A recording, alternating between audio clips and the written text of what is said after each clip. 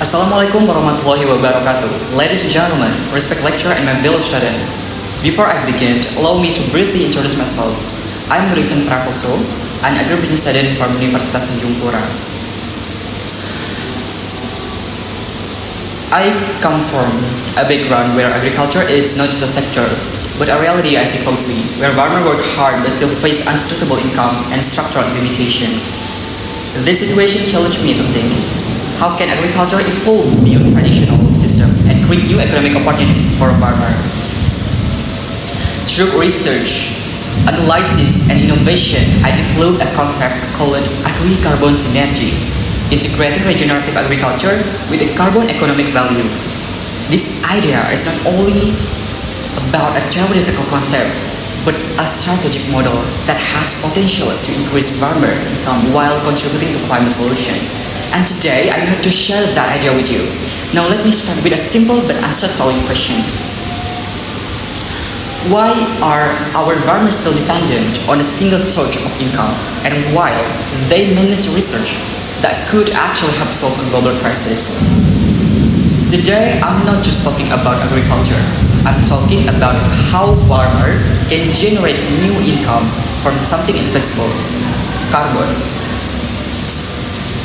According to the Intergovernmental Panel on Climate Change report in 2023, the Earth temperature has already increased by 1.1 Celsius compared to pre-industrial level. If this exceeds 1.5 Celsius, the impact will not only be severe but potentially irreversible. Now, here's the interesting part. The other sector, agriculture, forestry, and other land use contribute around 20% of global greenhouse gas emission. But at the same time, it also holds massive potential as a carbon sink. In Indonesia alone, we have more than 29.3 million hectares of agricultural land. So clearly, we don't lack potential.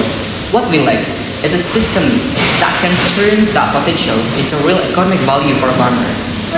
Let's look the reality. Indonesian farmers generate or nilai tukar petani in 2023 stand at more than 110. On paper, it looks stable, even surplus. But in reality, farmers still face unstable crisis, rising production costs and heavy dependence on a single income source. On the other hand, Indonesia has already established a carbon market, index carbon, with transaction reaching over 1 million ton of carbon dioxide equivalent. But who actually benefit from it? Around 70% is dominated by large corporations, while local communities only receive about 5 to 10%. So let me ask you, can we really call this a green economy? And the farmers are left behind. This is where my idea come in. Agri-carbon synergy. Agri-carbon synergy is a model that transforms the way we see agriculture from simple producing food to also producing carbon-based economic value. In other words, farmers don't just sell crops anymore; they also sell environmental service. So how does it work?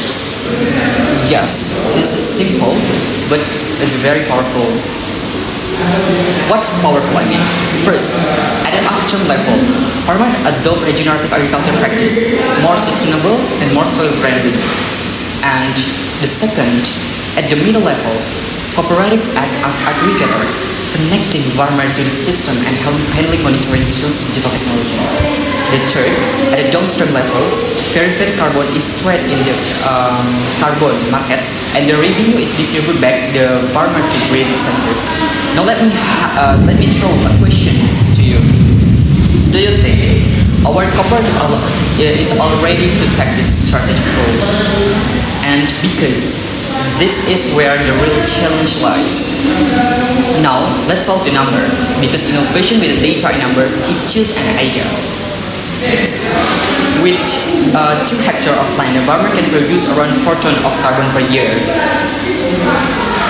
And at the price of 15,000 rupiah per ton. Yeah, it's still small, but that's not the main point. With regenerative agriculture, productivity can increase from 6 to 8.5 ton per hectare. That means an additional income around 11 million rupiah per hectare, or 22 million rupiah per 2 hectare. On top of that, reducing chemical fertilizer used by 70% can save about 4.2 million rupiah per year. So in total, the added economic value reach more than 26 million rupiah per year. This clearly shows that carbon is not a primary income source. It's economic goals that's changing the entire system, and that's what make this model is very powerful. It's not just about economic. It's not just about economics. It's about environment. And also social equity. Before I close, I would like to invite you to reflect. If this model were to be implemented, where do you think the biggest challenge would be? Is it regulation, technology, or the readiness of the farmers themselves? Because innovation doesn't stop at ideas. It is tested through implementation. Through agri-carbon synergy, we are not only improving farmer income, we are redefining their role from food producer to key players in solving a global climate crisis. And I truly believe Indonesian farmers are not only food heroes, they can also become climate heroes of the world. Thank you. Assalamualaikum.